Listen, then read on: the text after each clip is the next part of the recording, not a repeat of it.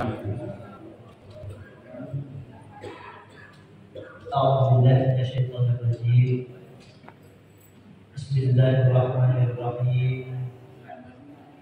Alhamdulillahirabbil alamin. Wassalatu wassalamu ala Rasulillah wa ala alihi wa sahbihi wa wala. Rabbi shrah li sadri wa yassir li amri wa hlul 'uqdatam min lisani yafqahu qawli. Subhanaka la ilma lana illa ma 'allamtana innaka antal alimul hakim. La haula wa la quwwata illa billahil aliyyil azim. Shadaqallahu. Bapak-bapak, ibu-ibu, adik-adik, jamaah sholat maghrib di Masjid Sakinah, perumahan Moderatul Indah Kota Kediri yang dimuliakan oleh Allah. Berkhusus Bapak-bapak Amir, semoga Allah berikan kesehatan, kekuatan, sehingga tetap selalu eksis memakmurkan rumah Allah di muka bumi ini. Amin ya rabbal alamin. Bapak-bapak, ibu-ibu yang saya muliakan, alhamdulillah, puji syukur kita panjatkan kehadiran Allah. Pada hari ini Allah masih takdirkan kita untuk sama-sama hadir di tempat yang penuh berkah ini, di rumah Allah ini, dalam keadaan sehat walafiat, sehat jasmani, sehat rohani. Sehat semuanya, Ji? Ibu-ibu yang sehat, suaranya. Nikmat sehat itu nikmat yang agung. Bapak-bapak dan ibu-ibu yang saya muliakan, tidak terasa kita sudah sebentar lagi kita masuk ke bulan yang kita tunggu-tunggu, yaitu bulan suci Ramadan. Posone, ya lah. Ibu puasa, ya Allah, nggak puasa nih, terawih nih, ya begitu cepatnya, berarti begitu cepatnya waktu itu menghabisi jatah hidup kita. Nggak terasa anaknya wis SMK, ya wis SMA anaknya. Biar cili ngantar sekolah di Paris Gede. Gak kerasa, ya jadi kerasa. Tapi itulah, kadang-kadang kita memandang usia kita itu terus muda, ternyata awalnya sudah hitungan angka bis akeh. Nah, di dalam bulan suci Ramadan itu, sebelum bulan suci Ramadan maksud saya, kita dihampiri oleh beberapa bulan sebelumnya. Semuanya penuh hikmah. Kenapa demikian? Di sebelum bulan Sya'ban itu ada namanya bulan Rajab. Jadi sudah kita lalui.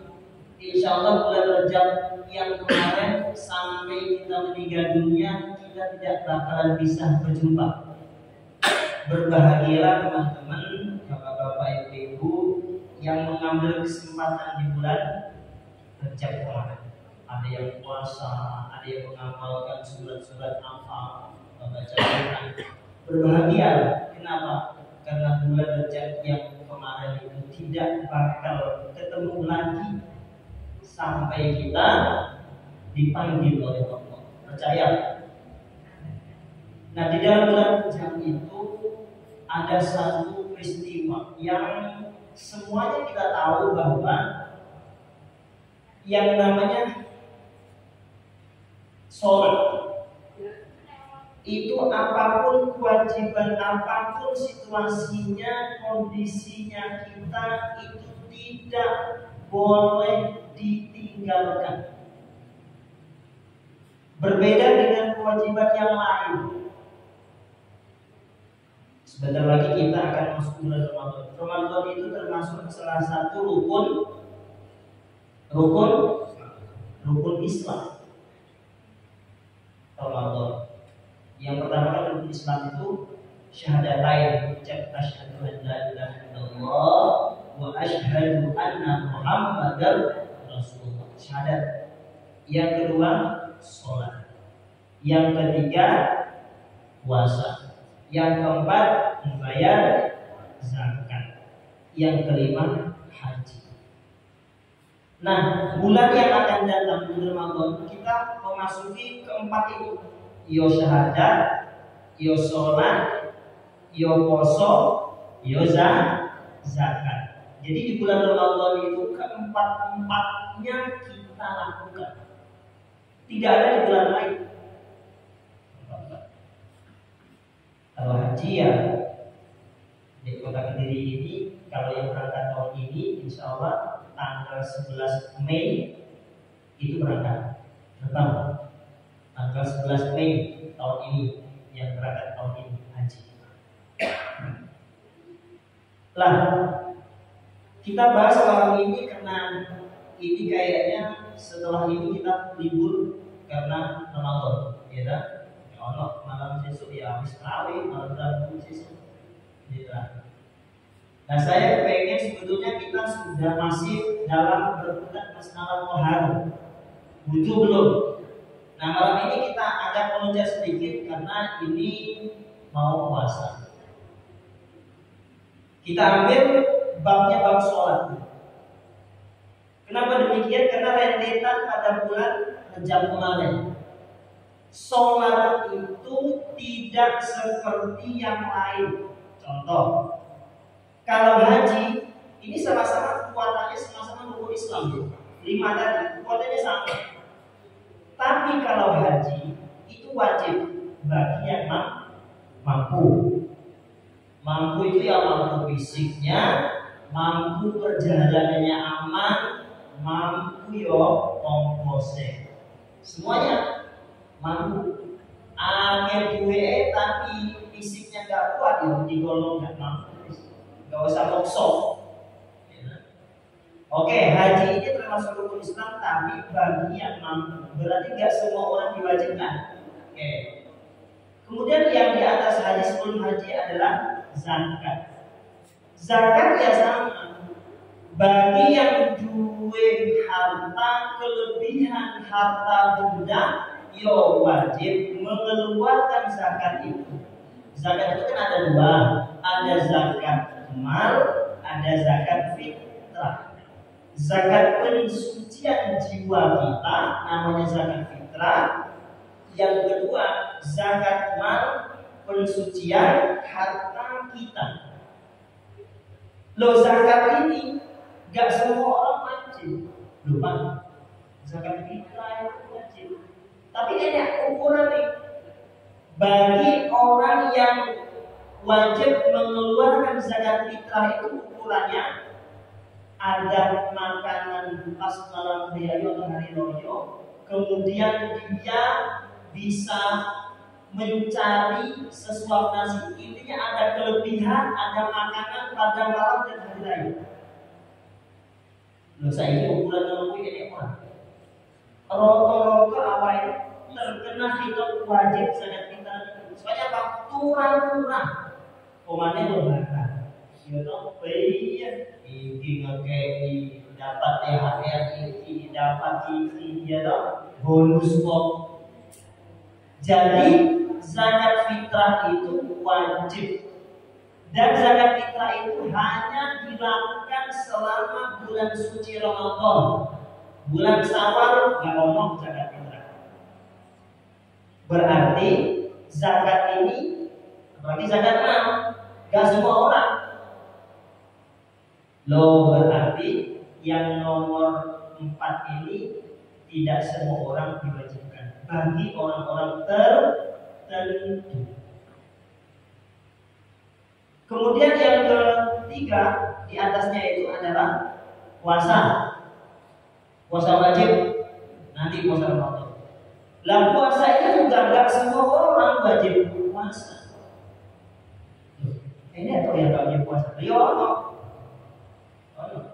Bagi orang yang tidak mampu, tidak puasa, tidak ada kewajiban untuk puasa.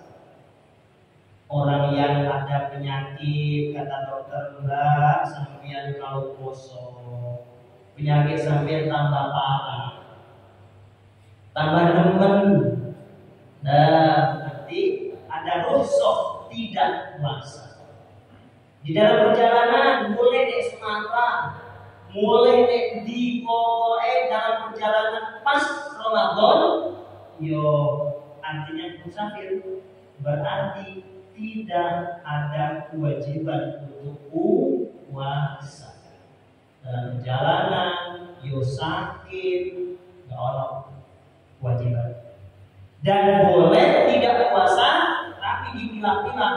Nanti di luar bulan Ramadan ada kewajiban untuk mengkodoni. Yang saya garis bawahi di sini berarti puasa itu tidak harus semua orang dipukul rata wajib. Ada pilah-pilah, nggak kuat, nggak kusuk, nggak mau. Berarti haji, zakat, poso. Ketiga-tiga ini ada pemilah. Kemudian yang di atasnya yang nomor 2 ini namanya sholat. Nah, sholat ini adalah wajib bagi semua orang yang balik berakal Islam dimanapun tempat berada. Ini berbeda tadi dengan yang 3 yang kita sebutkan tadi. Sholat wajib ya. Sakit wajib sholat. Omongan sehat. Dalam perjalanan yo wajib sholat. Walaupun sholatnya yo enek jamak, enek kosong, enek sholat dihormati waktu.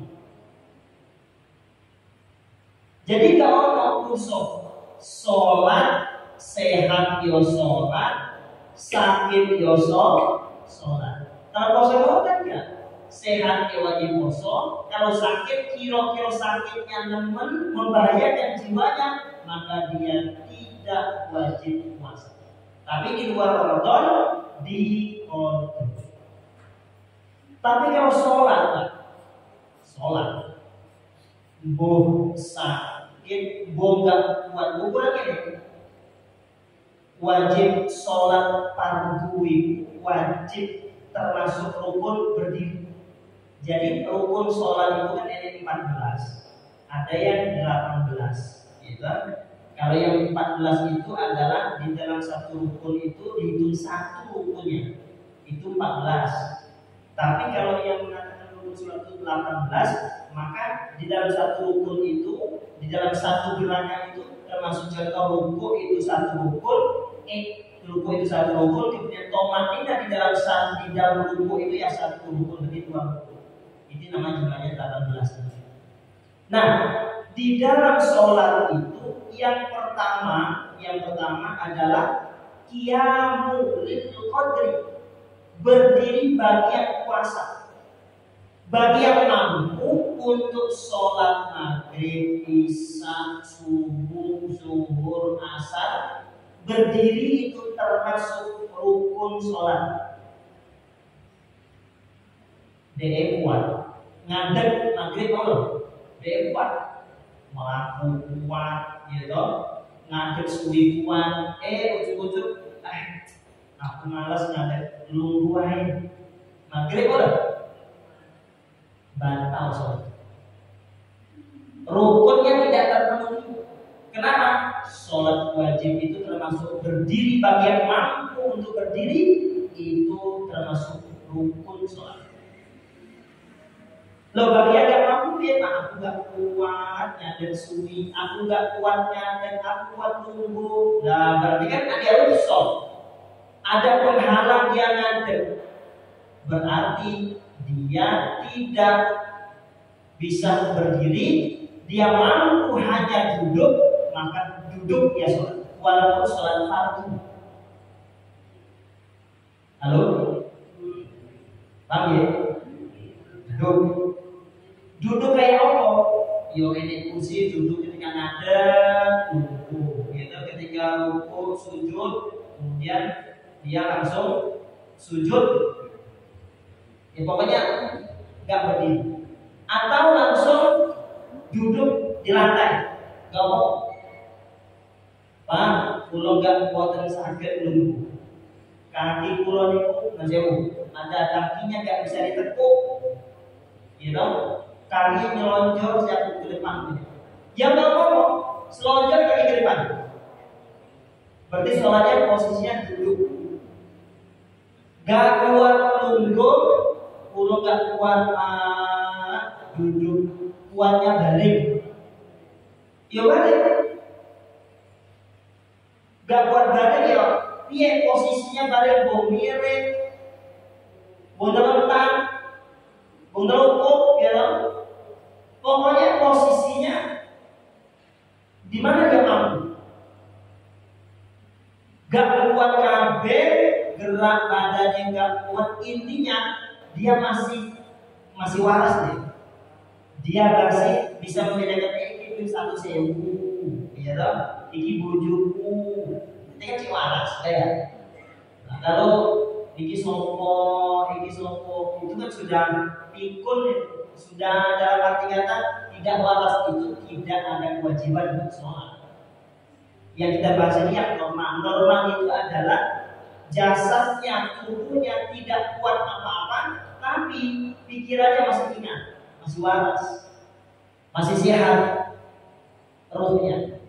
Lah, gak kuat gerak apa-apa tubuhnya, yo isyarat di depan moto hendak gede, isyarat hukum ya hukum, gitu, ngadep ya matanya, isyarat ngadep, tidak ya isyarat tidak, matanya gak bisa gede, gitu, jeruati, sholat dibatini, Allahu Akbar. Ketika baca Fatihah dibayangkan seolah-olah dia sholat. Lah Bapak Ibu yang saya muliakan, ini saya mau mengatakan bahwa sholat itu tidak ada rumus sholat, wajib. Maka kadang-kadang kita ke rumah sakit itu kurang apa? Mungkin ini pernah nggak saya ngomong kemarin ya? Adanya kita ke rumah sakit, nyambangi teman kita sakit itu, jadi kan ini pun ada deh. Masuk rumah sakit, kamar pinter, kamar doho, lantai 4, lantai 9, salah. Ketemu dengan teman kita yang sakit, ditanya, sakit apa tuh mas? Foto sehat sampai aku pak, iki sakit, iki loe, iki tibae, numpuk penyakit kulon ini, ya tak? Sabar mawon, insya Allah sembuh. Ya tak, kita memberikan kekuatan, terus. Terus ada report, ada juga, ada misalnya setelah di rumah sakit obatnya apa, ada kekurangan kondisi apa, alhamdulillah sehat. Ya kan? Tapi biasanya punya apa panjang, doain masuk. Setelah melakukan menutupi, amin tau ada ini, mantap tak? Dengan ada kurang satu. Kadang-kadang aku juga lali. Kita tanya, sebabnya apa? Kadang-kadang yang kita lalaikan kalau sakit itu sholat itu gak terlintas. Maka ketika kita nyambangi teman kita yang sakit, jangan kita lupa, Pak, atau tanya ke anaknya, tanya kepada bujuni, Pak, Mas, Mbak, Bapak ini sholatnya berikut. Sholatnya berikut. Kenapa? Angin Bapak Ibu mudun kok ambil itu loh gak iso. Terus impulsnya papat, limo itu mau di awal terus sholat piye sholat. Tapi Bapak ini dia ngomong nyambung. Yang sakit itu loh, dia ngomong nyambung. Tapi ketika ditanya gak iso Pak sholat angin kami wudhu piye, gitu. Terus pakaian ini kui, terus piye. Akhirnya banyak, artinya diambil keputusan sakit 10 dino di rumah sakit belas gak sholat. Loh, benar. Padahal gambarnya mau yang saya jelaskan awal mau gak ono rukhsah belas dalam perjalanan pun kita wajib sholat. Sakit kayak apa tetap wajib sholat. Lah terus piye solusinya di rumah sakit ini? Ya sholat. Kaya maghrib sholat. Lah terus piye Pak? Suci apa enggak? Enggak urus. Namanya sholat dihormati waktu, menghormati waktu maghrib, sholat ya sholat. Lah terus wudhunya piye? Kesuciannya piye? Itu urusan kene. Kalau sempat iso turun ngambil wudhu ya wudhu. Kalau enggak ya sholat. Lah terus ada kiblat piye Pak? Ini kiblat ini ada ketan ini, enggak ada pulang pesan. Posisinya rumah sakit itu dibalik dulu terus piye ini? Sholat sak mampune. Ini gambarannya tadi bahwa apapun kondisi kita itu sholat tidak ada khusyuk. Soalnya apa? Kita masih waras, yang sakit itu masih ingat. Loh kalau kita cerita, angin, repot ada saya angin lagi, masa ibu semua dicoba, ya, gak usah dicoba. Sholatnya kayak apa? Semampunya. Intinya sholat itu tetap melekat pada kita yang sedang sakit. Wajib.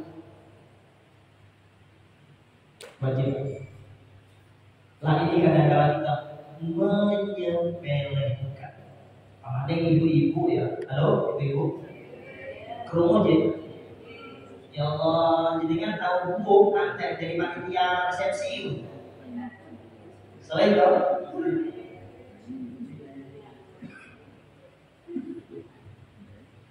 macaknya bar subuh atau sebelum subuh macak ya loh.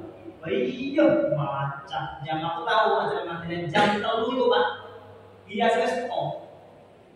Yang tukang hias terus jam telu. Ayo gantian antrian. Oh macak itu guys. Subuh eman-eman. Dia tuh wis kandel di pipi beberapa senti ya tak. Kalau kena baju ya luntur ngapes. Eman-eman kukure subuh lewat. Wah, benar. Wenteng subuh ya Allah rumah ini tamunya sampai jam 2:30 ya toh. Teko rumah jam 3:30 zuhur lewat. Eman-eman maca lho, Bu. Ngoten ya. Pak, gampang dikondai. Akhirnya apa? Menggampangkan kewajiban sholat. Sebab sholat itu bukan Allah memberikan kewajiban itu kepada baginda Rasulullah, bukan hanya melalui malaikat Jibril, tapi baginda Rasulullah dipanggil, Isra-Mi'rajkan. Butuh perjalanan baginda Rasulullah ngambil yang namanya sholat. Berarti sholat ini tinggi banget derajatnya dari yang lain. Makanya tidak ada rukhsah bagi yang apa bisa. Nah, Bapak Ibu sekalian yang saya hormati, itu yang pertama kita bahas tentang posisi sholat dulu. Jangan sampai kita menggampangkan ninggal sholat. Baik. Oke, sekarang kita yang kedua, kita coba sedapatnya rukun sholat. Ini kadang-kadang kita agak bingung. Rukun sholat itu yang kalau di kitab kita ini Al-Mabadil Fiqh ini ada 14. Yang pertama qiyamul qadim, berdiri bagi yang mampu. Ini khusus sholat fardu. Kalau sholat sunnah kita mampu berdiri, tapi alas-alasan ngadeg, lungguh, nggak apa-apa, sah sholat sunnah. Nek masjid kita ini sholat tarawih berapa rakaat? 20. Alhamdulillah. 8 rakaat, 8 wakil. Ini aku ini bermakmum 8 rakaat itu sampai jam 9 ini. Sawi ayat itu. Lah, sholat tarawih kemungkinan awal dhewe bis poso, gitu, bis nyambut gawe, kesel. Akhirnya, ketimbang gak tarawih pokoknya di masjid. Tapi ngademnya alasan-alasan, gak kuat. Nunggu sholat tarawih, gak mau. Mungkin tahun ini diumumkan, Bapak Ibu, kita tarawih gak usah ngadem di nunggu makan, gak mau. Lalu pengumuman sak masjid, ya, masjid As-Sakinah, ini tulis di sana. Sholat tarawih nunggu, mungkin mungkin, ya tahu nggak apa? Atau imam itu sing ngadeg, makmum nunggu kabeh, nggak apa? Rasulullah, ya tahu? Atau makmumnya nunggu, makmumnya nunggu, nah imamnya nunggu, makmumnya ngadeg, nggak apa? Tapi sesuk, imam cat opo lebih lah ini menggambarkan bahwa sholat sunnah itu boleh duduk, walaupun dia mampu ngadem. Ya, tapi kalau sholat wajib nggak boleh. Ini dulu. Pun yang asal yang kedua niat. Jadi sholat itu ini niat. Nah, meletakkan niat itu ketika yang rukun ketiga, ketika takbiratul ihram. Yang rukun sholat itu adalah yang kedua niat, yang ketiga takbiratul ihram. Takbiratul ihram itu melafazkan lafaz Allahu Akbar. Kalau ngangkat tangan itu sunnah. Dan jadi ngangkat tangan jawab Allahu Akbar. Jadi makmum ya Allah Akbar. Angkatnya agak tahan itu imam ajarin. Dia orang belajar ya, mengaji. Yang rukun sholat itu ya melafazkan, mensuarakan, melafazkan lafaz Allah Akbar. Nah, niat yang rukun yang kedua itu tadi letaknya di mana? Ketika kita melafazkan Allahu Akbar di hati kita, niat itu di hati kita. Dan niat itu hanya pendek. Itu dikatakan nawaitu usolli fardhu maghribi, atau di dalam hadisnya aku sholat fardhu maghrib. Cukup niat itu. Loh, kan nenek arba'an, salasa, mustaqbilal kiblati, adaan, itu sunnah. Gak dilafazkan, gak disebutkan, gak diniatkan, gak apa-apa. Soalnya apa? Meletakkan niat itu aku sholat fardhu maghrib, usolli fardhu maghribi, usolli fardhu asri, usolli fardhu subhi. Itu toh niat yang dari hati. Nah, niat itu tadi ketika kita melafazkan Allahu Akbar, maka Allah itu agak panjang. Sebenarnya apa? Kita meletakkan hati kita itu aku sholat fardhu maghrib, aku sholat fardhu isya. Kalau kita takbirnya seperti ini kayaknya gak diniati sholatnya. Allahu Akbar, Allahu Akbar. Gitu? Tadi usolli fardhu maghrib panjang, usolli fardhu maghrib sallallahu alaihi wasallam mustaqbil qiblat dan makmuman lillahi ta'ala. Allahu Akbar. Niatnya tidak dibu. Yang dibaca tadi bukan niat, itu lafaznya niat. Niat itu di hati, Pak. Niat itu di hati, bukan di lisan. Niat itu yang jero hati. Kalau di jero hati berarti orang gak krungu, awake dhewe gak krungu, hatine yang bunyi, hatinya. Loh, hati yang niat itu ketika melafazkan Allahu Akbar, ketika Allah, sepanjang kita melafazkan, menyuarakan Allahu Akbar, hati kita, aku sholat fardu maghrib. Ketika aku sholat fardu maghrib, bar itu ya selesai, niat kita sudah selesai. Iya, sholat kita seperti itu kan? Halo? Angel. Iya, namanya berusaha. Tidak ada yang sia-sia. Berusaha. Sebab itu termasuk rukunnya. Letak niatnya di situ. Nah, wes ketiga. Yang pertama tadi berdiri, yang kedua niat, yang ketiga takbiratul ihram. Allahu Akbar. Bu macam ini bunga diangkat terserah, tapi yang dikatakan rukun yang dinilai dalam sholat itu tadi lafaz Allahu Akbar. Setelah takbiratul ihram, ar-rabi' qiraatul Fatihah, membaca suratul Fatihah, membaca Al-Fatihah. Ingat, membaca. Kalau membaca berarti butuh suara. Yang kita yang melafazkan Fatihah itu kerungu, mendengar, bukan bisik-bisik. Nah, ketika membaca Fatihah ini, maka kita sudah masuk wilayah yang namanya tajwid, wilayah makhraj, wilayah-wilayah yang bacaan-bacaan yang menurut standar bacaan yang pas dan benar menurut ahli qiraat.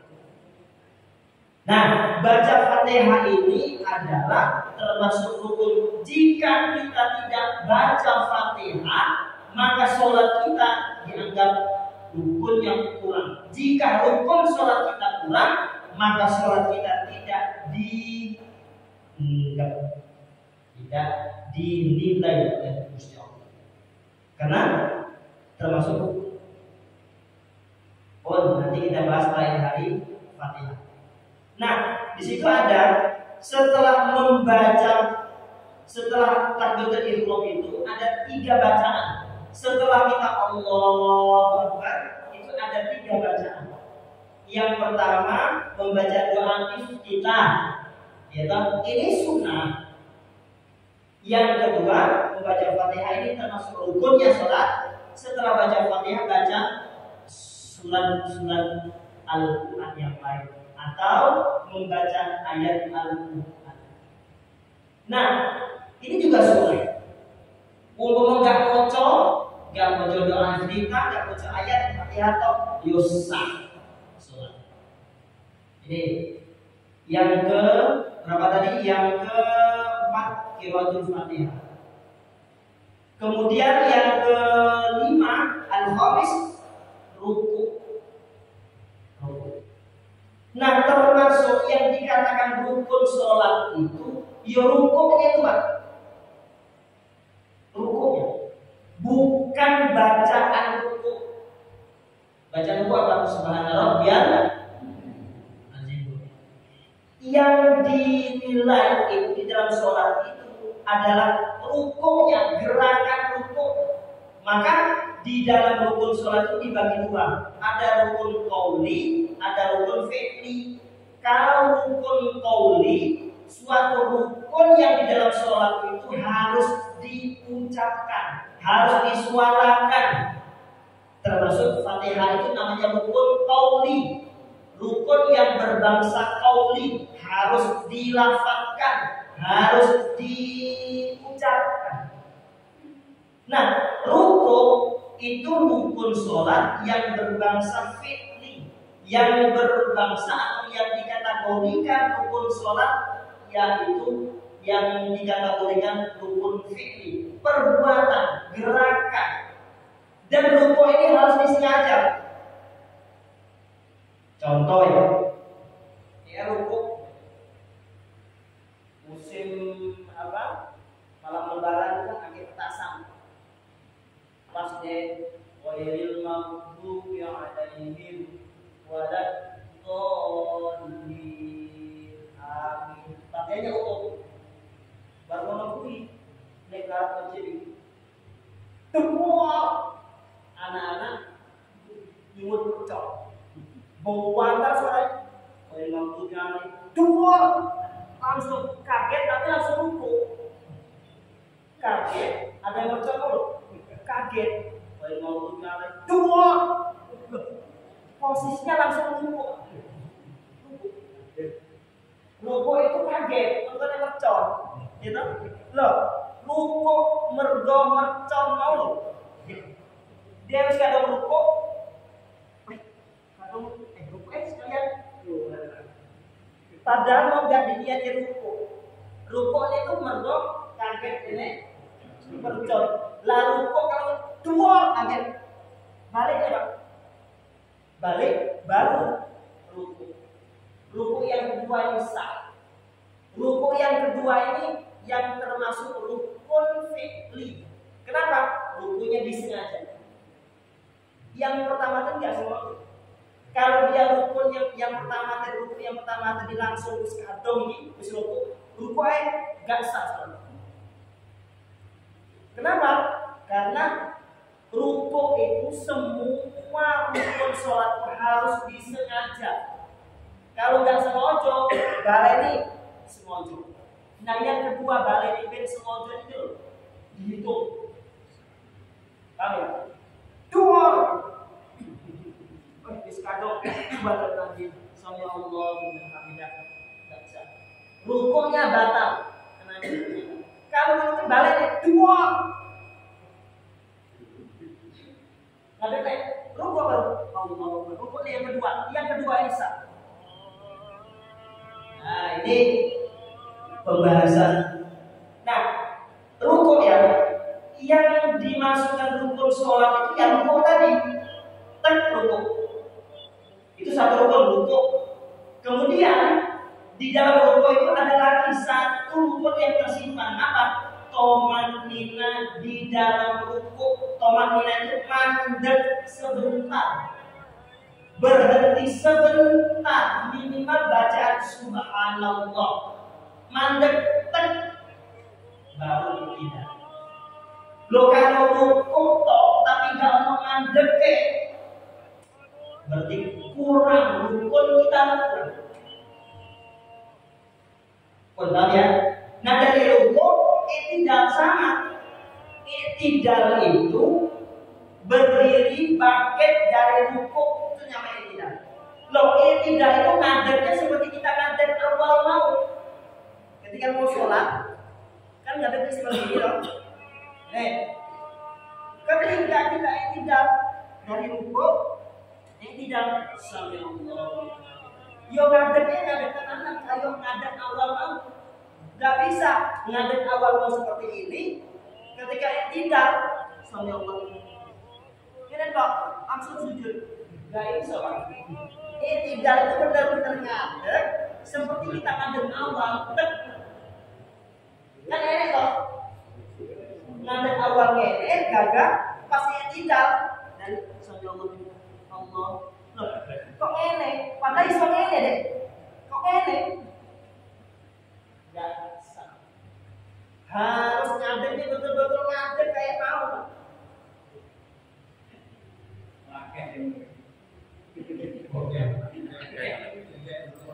Loh, di salon yo gimana ya Pak? Ya Allah.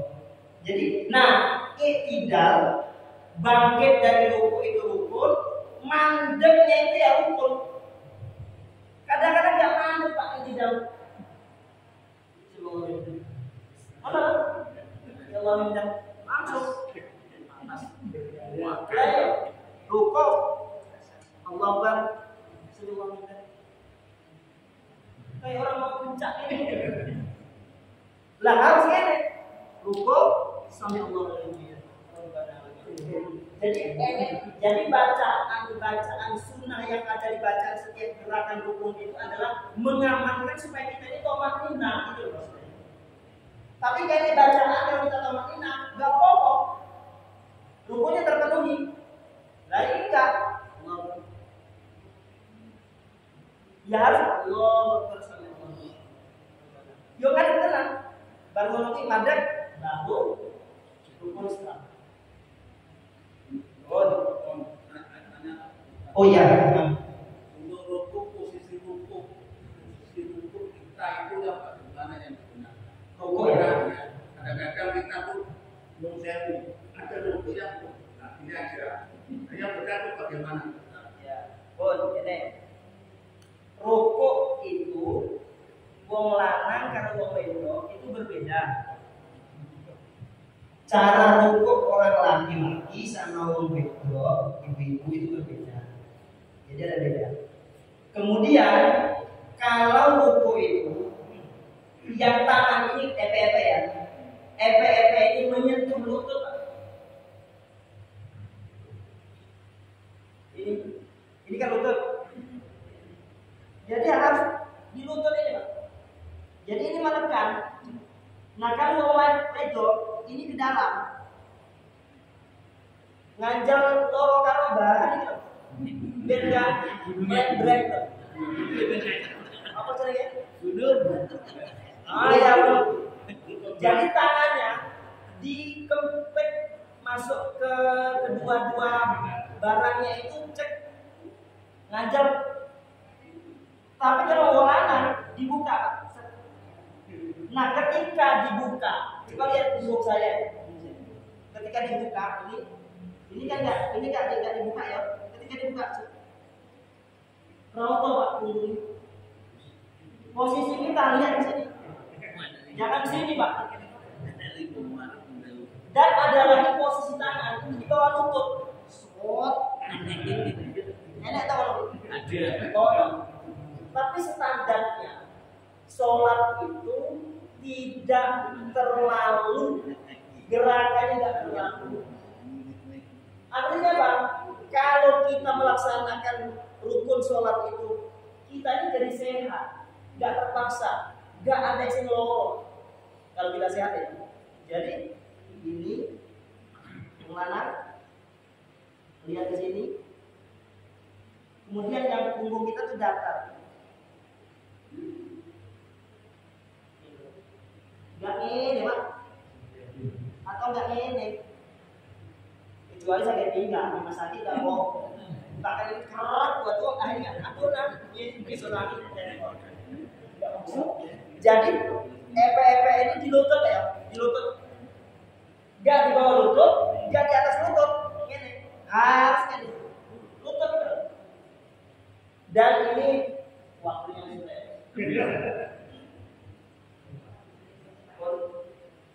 Masih satu lagi ya, kita sampai sujud ya. Rukuk ya. Dari rukuk kita sujud. Nah, sujud ini di dalam sujud itu yang dinilai itu ya gerakan sujudnya itu. Kemudian bacaan di dalam sujud ya sunnah. Tapi yang dinilai adalah masuk rukun itu gerakan kita sujud itu. Dan sujud harus disengaja sujud. Gak seperti peristiwa ada mencong, ya kan? Harus gitu. Kemudian enek sujud ini macam-macam Pak. Masjid kita nih ya, sujud itu memang ketika seperti ini ya. Sujud oleh Allah dengan beda untuk Allah. Ininya dulu Pak. Lutut. Nah enek yang normal itu ini. Kalau saya ketika di Lirboyo itu bayi Idris itu sholatnya ya sejadah. Nggak Allah sih sampai melewat sejadah.